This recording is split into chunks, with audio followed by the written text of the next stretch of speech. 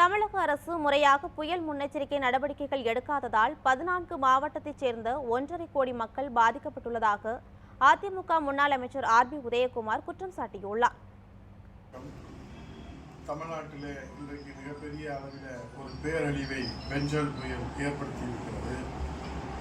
அதற்கு தக்க பாதுகாப்பு நடவடிக்கையும் மீட்பு நடவடிக்கையும் நிவாரண நடவடிக்கையும் மேற்கொள்ள வேண்டிய அரசு இன்றைக்கு கவனத்தில் கொள்ள வேண்டிய விஷயங்களை எல்லாம் தாந்தோண்டித்தனமாக ஆணவத்தின் அடிப்படையில் எதிர்கட்சி தலைவராக சொல்லுகிற கருத்துக்களை எல்லாம் கவனத்தில் எடுத்துக்கொள்ளாத காரணத்தினால இன்றைக்கு 14 மாவட்டங்கள் மிகப்பெரிய அளவில் பேரழிவை சந்தித்து தனி தீவுகளாக காட்சியளிக்கக்கூடிய ஒரு அவலத்தை நாம் பார்க்கிறோம்.